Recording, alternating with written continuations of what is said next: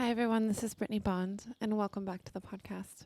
Today, we are going to talk about tips for newbies on how to go into open relating in a way that is actually healthy and that feels good in your body and feels safe and fun and playful and all the things that you are probably hoping to get out of open relating. But a lot of the world today doesn't really have tools because we all grew up. I would say 99% of the world grew up in environments where monogamy is what is promoted through society, through governments, through religion, just through our culture. And that's okay. This is what's worked for many thousands of years, or maybe not worked, but this is just like what has worked for us as societies. But today, many of us are asking ourselves, does monogamy work for us now? Who we are right now in this lifetime, in our current incarnation of who we are as humans, or could there be something more for us? But the thing that's hard for a lot of us is, and myself included, when I started on this journey of non-monogamy, was there's not really that many tools out there. There is a couple really good books that I highly recommend. One of them is called Polysecure, P-O-L-Y Secure, S-E-C-U-R-E. I think that's a good book to start with. It's by a therapist who wasn't non-monogamous, but she was just a normal therapist, and she just had a lot of people come to her that were in ethical non-monogamous relationships. And what ethical non-monogamy means is you are consciously choosing as partners to go into any form of anything that's not monogamous together with your partner. So they call it ethical because you're doing it where you're communicating and you're talking about it and you're trying to do it in a way that's healthy for both of you. And this therapist, she started working with couples that were exploring this, and then she herself ended up exploring ethical non-monogamy, and then she wrote a book about it. But that book itself, I feel like, is also kind of outdated. Like, it came out a while ago, and us in our consciousness and in our relating, we are evolving so much as a species, like daily. And we also learn a lot from each other's stories. That's why I love coming on here and sharing my raw and real stories with you over the years of different relationships I've been in, different types of connecting that I've had. And I find it to be really beautiful. Because like a lot of people look at me and they're like, wow, she hosts play parties and, you know, she coaches people on ethical non-monogamy and, you know, she helps people to connect to their bodies and their pleasure in a way that feels safe. Brittnee must really have it figured out, you know, and I will tell you that I just got off a phone call with one of my very dear and close people in my life, and he also leads a lot of this in the world of like helping people to get more in their power and to understand what kind of relating works for them. And we were both just laughing how like even for us, like we're all kind of at the cutting edge, all of us, and we're all trying to figure it out. And even if you find something that like works for you, sometimes you forget, oh, this is the healthy thing I need to do in order to feel safe in the situation. So I want to just put that out there that even for me, myself, I am figuring it out as I go along. And I'm just brave enough to share with you what I have learned and also to help you along the way as much as I can. I'm reporting live from beautiful Berlin here. So if you hear any ambulances in the background, that's why. I love being here. And also sometimes it's loud, as it is right now. I don't know if you can hear that. But I'm really happy because I just moved into a new place yesterday, and it overlooks a park here in Friedrichshain, and it's like really close to all my favorite coffee shops and gyms, and I just love the vibiness of this neighborhood. Okay, so let's dive right in. If you are new to any sort of open relating, anything that's not non-monogamous, anything that is not monogamous, let's put it that way, and you want some tips, like, okay, so either you or your partner or both of you are interested in this. And the first thing that I will have you do, like, what's so interesting about open relating is it is such a mirror, like you're putting a mirror up to yourself of how honest you are with yourself and how authentic you are with not just yourself, but with your partner in the world. Because in monogamous relationships, a lot of times we like shove down parts of ourselves that maybe we feel like our partner doesn't accept, or that we feel like we need to, not share this certain feeling or this desire because we don't want to create disconnection in our relationships. Well, when it comes to non-monogamy or openness, you can't really do that. You have to communicate so much about your fears, about your desires, about what's working for you, what's not working for you. And it takes a lot of communication. So I will just put this out there as like the first big thing, that if you have a hard time already communicating your needs and your desires, this is probably the thing that you're going to have to work on first in order to have a healthy, open relationship. Because if you are wanting to be in an open relationship in order to avoid like sharing your true authentic self with your partner, then this is just going to create more splits in your psyche, if we're talking about psychology here. And a lot of people do this. I will be straight up. Like, I have done this in the past, and I'll give you an example where, there was a part of me that wanted to be in a very grounded, loving relationship where we were like at home a lot and like cozy and kind of like this queen energy of like everything's taken care of for me and like I'm in this love bubble with my partner.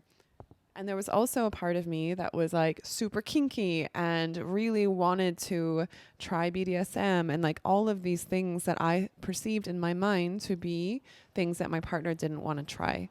And I was scared to bring this up with him, the one I had at the time, because I was worried that he would not be into it. I was worried that he would judge me for wanting to explore it. And I was just worried that I was worried that it would create, it's like just disconnection in our relationship. And so I compartmentalized this part of myself. And then I wanted to be in an open relationship so that I could go out and explore this kinky BDSM side of myself. And so what I want to point out here is that it's not that, like, the only thing that was like a unhealthy thing in everything I just said was the fact that I was unwilling to talk to my partner about it. So if you talk to your partner and you're like, hey, I want to explore BDSM, I want to explore kinky stuff, I want to get tied up, I want someone to choke me, and I notice that you're not really into this, at least right now in our current dynamic. And your partner's like, actually, yeah, I'm not really into that. I'm more into like vanilla sex, but I fully support you exploring that. If that's something you want to explore outside of our relationship in a way that's healthy for both of us, then go for it. I support you. I'm celebrating you in this. That's healthy. That's healthy relationships. That's healthy open relationships. The major part that I will say in like almost every story I'm going to share with you in this podcast is the fact about communication. Like, we really have to communicate with ourselves. And this is also really hard, is like sometimes we have desires that we are scared to communicate because we have some programming where we are ashamed of them, or we feel like our partner can't meet us in this need, so why even bring it up with them, But like, that communication is the lack of communication is what actually creates the disconnection with you and your partner. If you're able to communicate it and you realize, oh yeah, this is maybe, not everyone needs to meet all my needs. Maybe my partner doesn't meet this need and it's okay. That's healthy. That's like going to bring you closer together. I think the thing I want to say here is the fear of talking about something because you're afraid it's going to cause disconnection. That's the only thing that's going to cause disconnection, because if you don't talk about it, the energy of that desire or that fear, it lives in the field, the energetic field between you and your partner, and it will just fester and it will grow. And then one or both of you will react to this energy in probably an unhealthy way, unless you talk about it. And if you talk about it, you clean the energy field between both of you. And then when the energy field is clean between you and your partner, that's where the connection comes in. That's where the love is able to flow. So one thing I will ask you to do with your partner is to sit down and have an honest conversation about this and be like, I want to explore open relating. What does that mean for you? What does that look like for you? Because it looks like something different for every person. And I'll go into some examples. And what's beautiful and also scary about open relating is that it is a pick and choose your adventure. Like there is no cookie cutter way of like, this is healthy and this is not healthy. And I think this is what scares people. But I will give you some markers of like what needs to happen in order for you to feel healthy, in order for it to be healthy. And the main one is how you feel in the relationship. So for instance, when you sit down with your partner, the one thing I want you to ask yourself and each other is, does it feel like we are on the same team in this? Or is this like many times what happens is one person in the relationship wants to explore openness and the other person, whether they're not ready for it, they're not interested in it, or they don't already feel secure in the current relationship, and so they don't want to explore openness. If you don't feel safe with your partner emotionally, energetically already, just the two of you, adding more people into that equation is going to create more emotional chaos and more emotional unsafety. So asking yourself and each other, are we on the same team, like in our partnership in general, is the foundation for whether or not you're ready to be in an open relationship. If you feel like you're not on the same team, you need to stop everything related to openness and focus on each other and ask yourself, what will it take for us to feel like we're on the same team? Does it need more communication? Does it need more, what kind of, like, you have to ask yourself, in what way do I feel loved? Is it touch? Is it affirmation? Someone telling me they love me, that they care about me, that, you know, they're here for me, that they're supporting me emotionally, energetically? Is it someone showing up for you and like actually through their actions showing that they are loyal to you and that they have your back in hard situations, not on party weekends in Berlin. I'm talking when shit really hits the fan and like someone dies or you're sick, you know, like, do you feel like your partner really has your back?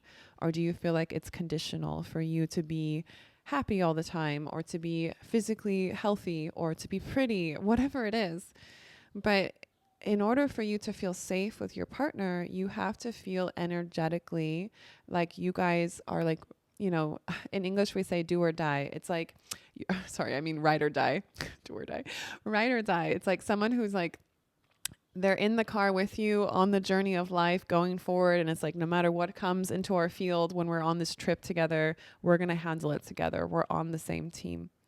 So if you feel like something of this is lacking, there is in some way you have a need or a desire for your partner to express love in a way where you're actually able to receive it, that needs to be addressed first before you go into any sort of open relating. There's something else I want to put in here that is like vulnerable for a lot of us to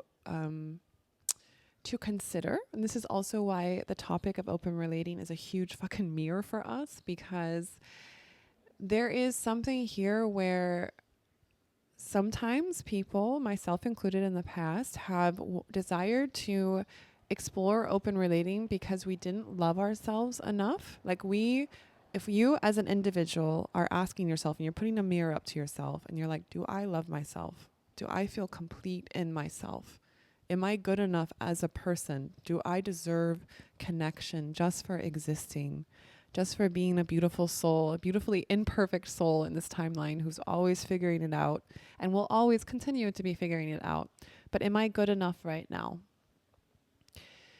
If the answer to that is no, then, and you are using your current partner's love to fill up this hole, and then you want to go around using other people's love to fill up this hole, it will never be satiated. You will never feel like you are good enough.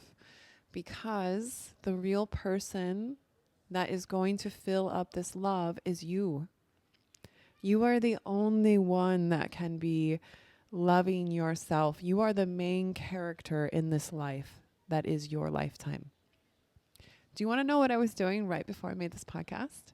I put on music, and behind me, I was dancing to African music, Afrobeats.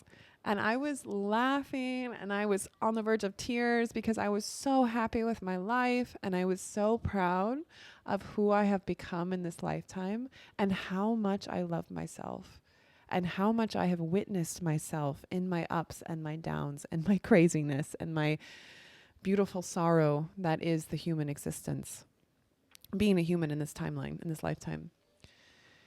Do you have that kind of relationship with yourself? Are you your own best friend? And I'm not saying, like, there's some people who go the other extreme. In Berlin here, I noticed that there's this other extreme where people are getting to the point where they're so separate from other people, they feel like they don't need anyone. Or they feel like they're not allowed to need anyone. That it's like a weakness if you feel like you need human connection and love. I don't agree with that. I think we all as humans need human connection and love and community. And that's beautiful in a way where I want to use the term interdependence. So a lot of people know of the word codependence. And this is like, I don't feel whole in myself. And so I'm going to use you and you're going to fill me up and I'm going to feel whole because like you're going to help me with things I can't do. So like my basic feelings of self-worth, my basic survival needs are not complete within myself. And so I need you to fulfill that for me. That's not healthy.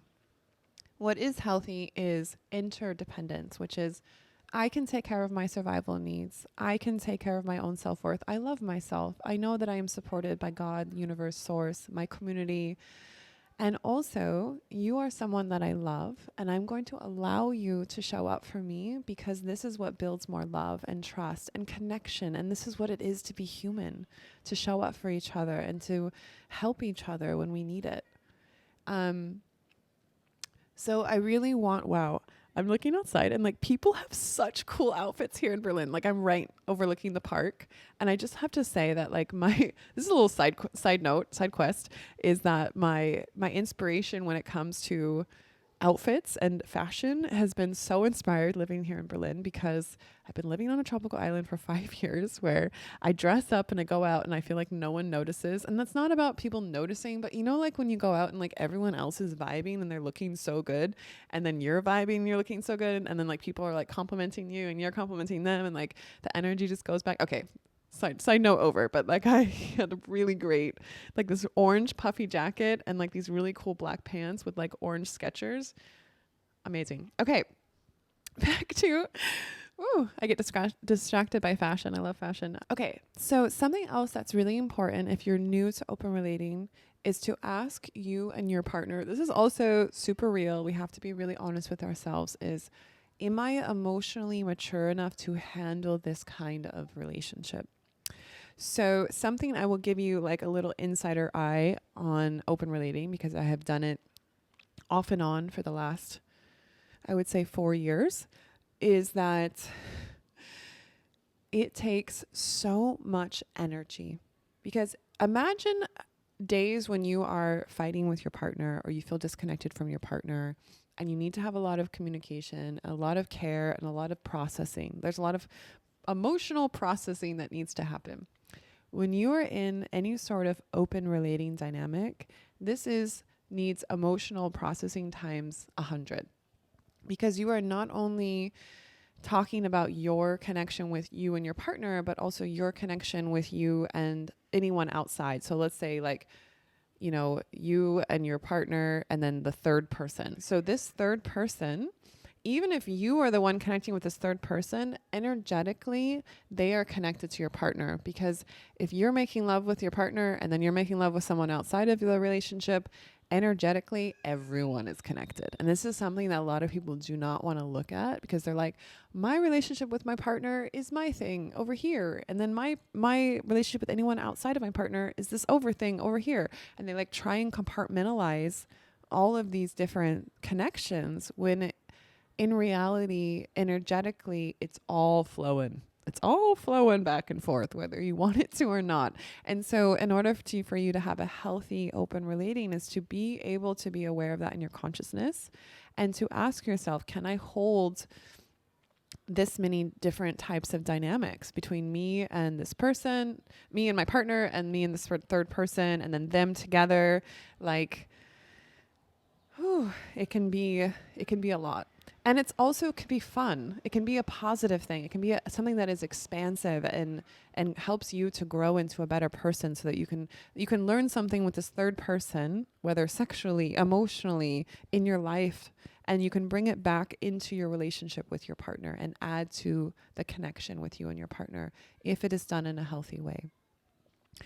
So when you are sitting down with your partner and you're having this conversation about openness, the thing that I have to tell you is that you have to come up with some sort of agreement on how to start. So you can't just be like, okay, it's a free for all. And this is where I think a lot of open relationships go, quote unquote, wrong or unhealthy, is that people think that it just means I can do whatever I want and then my partner is just going to be okay with it. That's not true. And I find that's, I'm not wanting to bash men here, but I find this happens with a lot of men. And I don't know if it has to do with like emotional maturity, or if it has to do with the fact that men are maybe a little bit better at compartmentalizing their feelings, which I find hilarious because men have just as many feelings as women. They just like have more practice shoving them down. So that's not necessarily a healthy thing. It just means that that's just what's happening. But something that's really important to say here is that monogamy, we don't talk about monogamy and the agreements made within monogamy because they are so built into our society. So you don't need to go, like if you get into a relationship, monogamous relationship with your partner, you're not going to sit down and be like, okay, so this means that we're not going to sleep with other people and we're not going to be attracted to other people. And basically this means that every other person is romantically off limits. You don't need to do that because it's been so ingrained in us through it's been so ingrained in us through society, through religion, through governments, like even it's so interesting within a lot of government frameworks, if you cheat on your partner, then technically this is a reason that of why you can get divorced. So even within government frameworks, it has been imprinted in us of the agreements that what it means for monogamy, right? So sometimes when we go into open relating, we don't realize, I have to come up with my own agreements now. I have to be responsible. I have to have sovereignty of what feels good for me and what is healthy for me. I have to figure out what that means for me, because it's different for everyone. Different triggers, different traumas, different pleasures, different desires. So you get to pick and choose your adventure, but you have to do it consciously. And you also have to communicate it. Because your adventure, your personal sovereign adventure, might not be the same one that your partner wants to take when it comes to open relating. And if you don't talk about it, then you're both going to go do your own separate adventures and come home and talk to each other about it and probably hurt each other's feelings. So something that I think is also important to say here is that agreements are the only thing that make your relationship and openness feel safe and that you can be trusting your partner. So for instance, like I was saying with monogamy, if you go cheat on your partner, if you go sleep with someone else in monogamy, this is breaking the agreement of monogamy. And so therefore this is breaking the trust that you have with your partner. So you signed up for a silent agreement when you're in a monogamous relationship that I am not going to sleep with someone else. I'm not going to do something with someone else. And if you break that, then you are betraying the agreement that you have with your partner. You are betraying the trust, the love, the everything, the foundation of everything. When you're in an open relating dynamic, you need to sit down and ask yourself and each other, what agreements are we going to make that make us feel safe in our bodies? And then we have to agree on them. Sometimes it's even good to write them down. I actually highly recommend that, especially when you're first starting out. It might sound weird. I'm not trying to make this like contractual, like a business agreement. I'm just saying that sometimes when you're first starting to really get into this kind of communication, it can be new for you. And when it's new, it can start, there is a lot of opportunity for miscommunication. And so when you sit down and write it out, I'll give you an example. So it's like, okay, me and my partner, we're going to try open relating. What does this mean for us? Are we going to go on dates with other people outside of our dynamic? So like, are we going to go solo and date someone else? Okay, we're okay with this. And the other person's like, yeah, I'm okay. We can go on dates. So does this mean that this is people that we are just meeting that are flowing into our life? Or does this mean that we're going on dating apps? So, because this can be very different things. There's some dynamics where it's like, I want to be able to just be open to whatever the universe is flowing into my life with new connections. And then there's someone else who's like, no, I want to go on a dating app and I want to go on a date with someone new. Like, and both of them are okay, but you have to decide which one you personally want, and you have to agree with your partner on this. Like, if you have a very strong desire, you are allowed to speak whatever desires that you have. And this is also part of the healing process, because as kids, most of us have had many times in our childhood where we felt like we weren't able to speak our full desires out to our parents or our caregivers and have ourselves be heard. And a lot of us have actually like hid our desires or our feelings because we felt like we needed to do that in order to be accepted.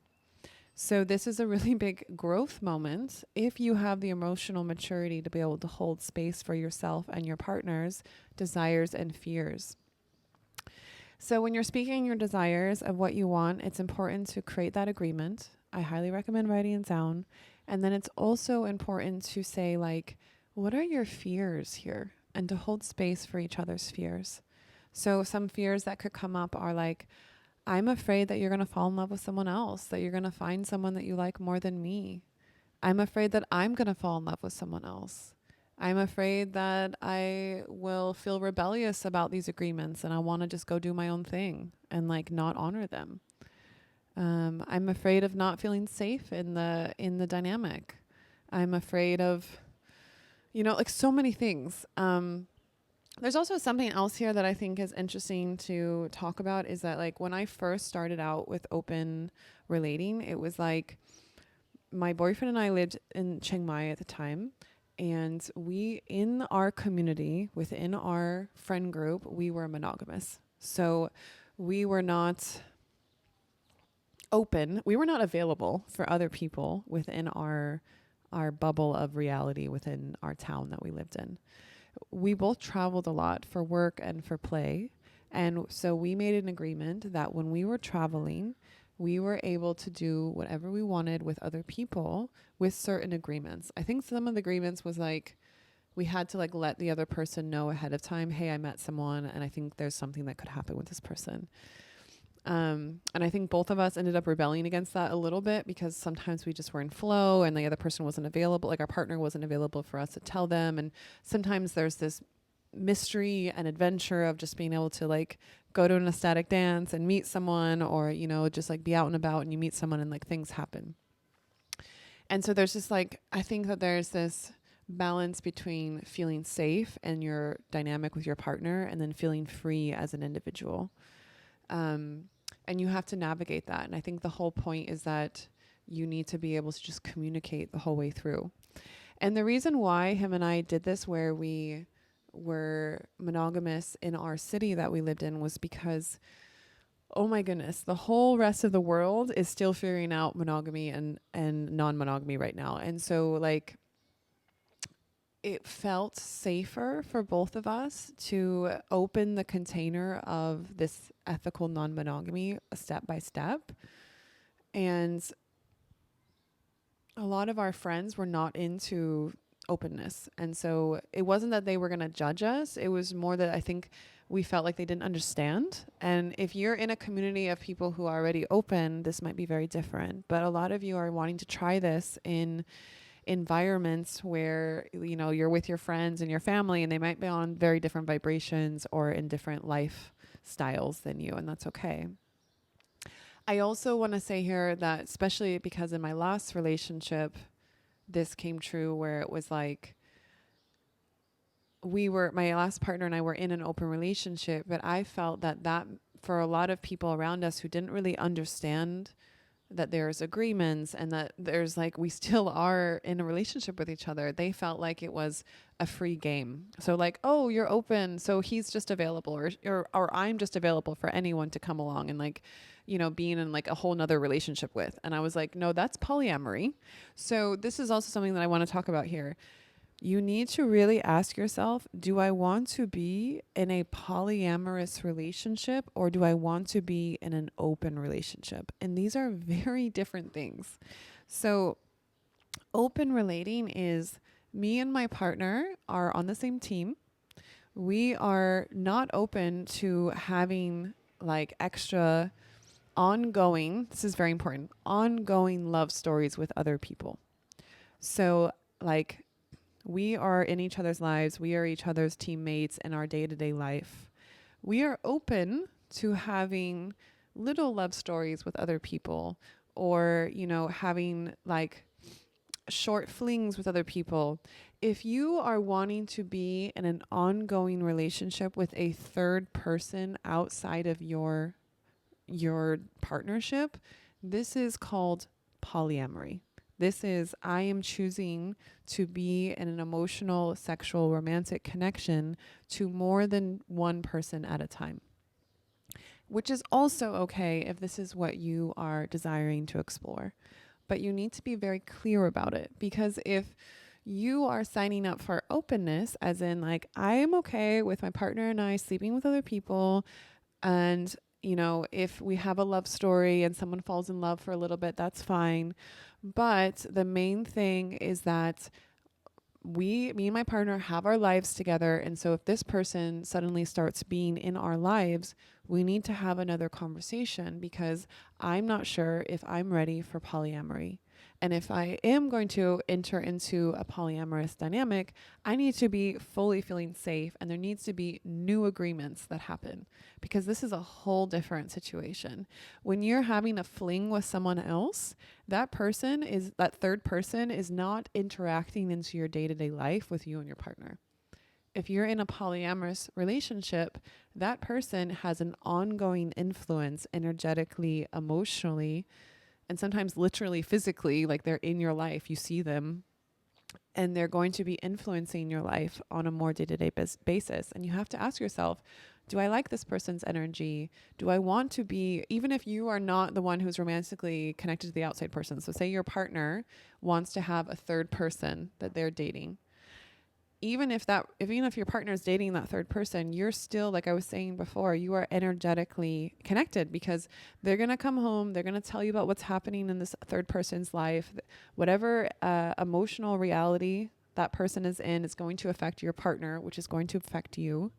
So if they're a happy person overall, or if they're a grounded person, if they are emotionally mature, that's going to affect and influence your relationship with you and your partner.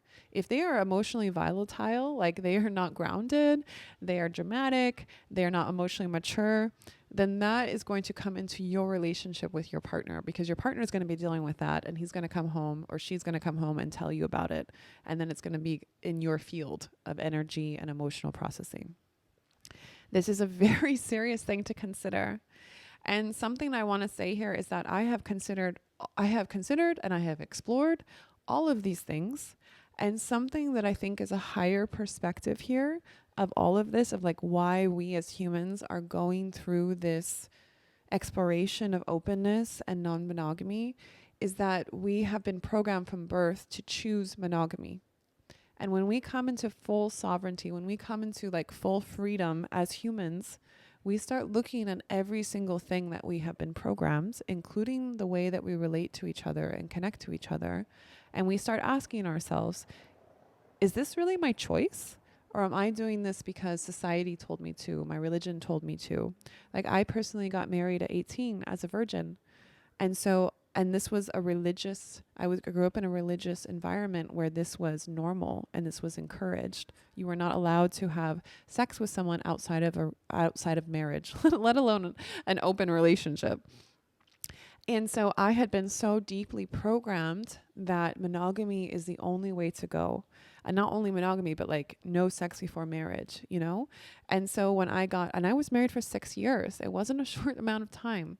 And when I left that marriage and when I left that religion, I went on an exploratory trip with myself through the world and through all different types of relationships.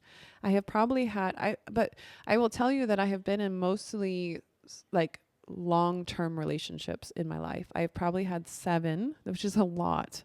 7 major relationships where we're living together, traveling together. Sometimes we're sharing a business together. Sometimes we're leading a community together. This is a lot. And 3 of those relationships were open. 3 out of 7. And one of those relationships I was married to. So I have really explored the depths of all of this.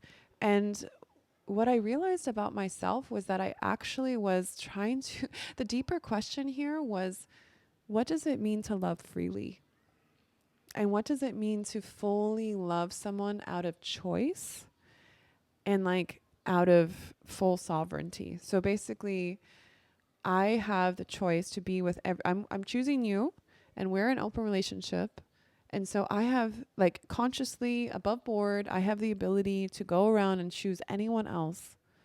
And yet I'm still choosing you because I love you and I want to be with you and I want to build our life together. And I want to be on the same team as you. And so for me, the idea of ethical non-monogamy became less about me sleeping with other people and more about my own internal dialogue of what does it mean to love freely. And what I have found through this exploration is that I don't necessarily want to be in an open relationship, which is just really ironic because I go around helping people with other people but I also believe that it is very vital if you want to, and if it feels like a fuck yes in your body, to explore open relating so that you can understand what it means to choose someone freely and to choose someone out of full sovereignty. Not because you're pressured by society or because basically I can express my desires freely. I can express my fears freely. I have explored all different types of relating. I've dated multiple people at once. I've dated women. I've dated men. I've hosted, I don't know, over 60 play parties, maybe 70 play parties. I've had all different types of sexual exploration. And at the end of the day, what I choose is to be with someone where I can, what I am open to receiving now from the universe through all of that exploration is not, oh, I want more freedom. It's, I want to build a life with someone. I am super happy to be single and thriving and vibing. If you understood what my life has been like from a sexual pleasure perspective since I've been here in Europe, it has been off the charts. I've been having so much fun as a single individual, building my impact in the world, helping people to drop into their pleasure and being fully embodied in it myself. And when I look towards what do I want and what am I open to receive in a relationship, it's someone who has also done that journey. They've already done that journey. I don't need to go on that journey with them of self-exploration through ethical non-monogamy or through whatever types of relating that helps them to get to the place. Because you don't need to do it in an ethical non-monogamy. You don't need to be open to get to this place.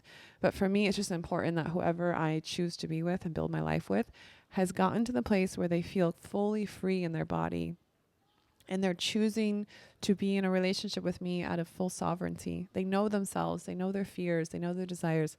They can communicate openly. They can hold space for their own fears and desires. They can hold space for mine. They can allow themselves to be hosted by me and be open and have the tools themselves to be able to communicate. And then we can play the game of relating together. And I say game in the sense of a really fun adventure we're about to have. And we can build something together. When you have explored all different types of relationships, you start really asking yourself, why are people in relationships? When I am so happy to be single by myself, I am fully supported by the universe. I have everything that I need. I have my community. I have my friends. I have my lovers. I have my mentors. I have my connection to Source, God.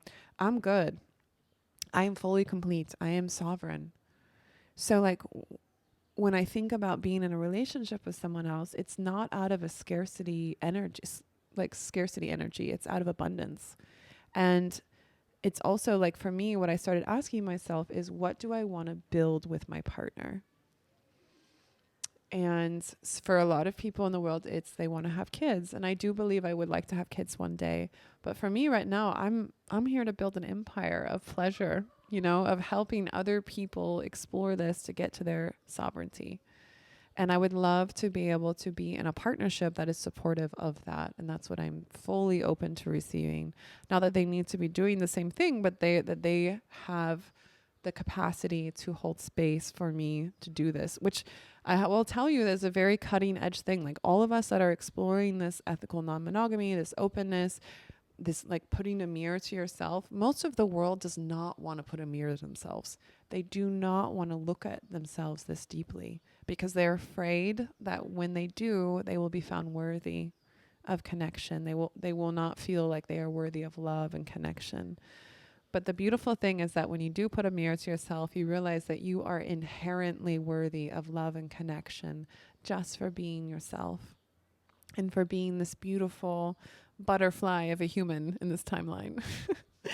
Okay, I think I'm going to end it there. There's so much more I could say, but I think if you take these specific tools that I shared with you, the major one is communication with yourself and with your partner. I think you'll be on a good first step.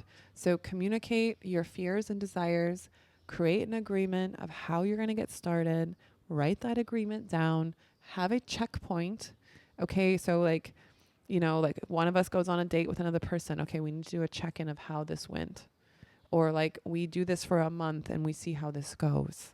And then we have a checkpoint. So make sure that there is some sort of checkpoint that you've put on the calendar to check in, where there is like, how is this going? Is this working? Is this not working? And then you're really feeling into it. And you have to be honest with yourself. Please, please, please, please do not abandon yourself in this process. It is so easy to self-abandon when it comes to non-monogamy and open relating, because we care so much about our partners and we are worried sometimes about losing connection with them. But the most important person that you need to be worried about losing connection with is yourself. Please, please always be in connection to yourself, because if you are really grounded in yourself and speaking your desires and speaking what feels safe for you, then you're going to be okay. You're going to be okay no matter what you need to learn, even if it ends up not working out with this person, or even if it ends up, you know, you decide you don't want to do open relating. It's okay. You tried it and you explored it. As long as you're grounded in yourself and you're honoring what you need, it's going to be okay. Okay. This is Brittnee Bond. I am signing off. I'm super excited to host a play party on Friday here in Berlin. It's filling up very quickly and it's going to be juicy and fun. And if you want more info, you can always reach out to me on Instagram. All of the info is on there. My Instagram's @Brittnee Bond. I highly, highly recommend to go into nature today if you haven't already. Just hug a tree, like touch a tree. Tell it energetically that you are happy that it's there. I'm getting esoteric, so I got to go. But also, if you're feeling like you want to write a comment and give me any more questions that you have, this podcast was made directly in response to someone asking this question. So I really do listen to you, and I would love to hear more questions that you have. And please give my video a like, share it with anyone who needs it. I'm here for all of it. Let's keep going. This fun exploration of openness and being a human in this funny time that we are in human history. What a funny time to be alive. But I'm also here for all of it. And I believe that we can enjoy it as much as possible. Okay, bye.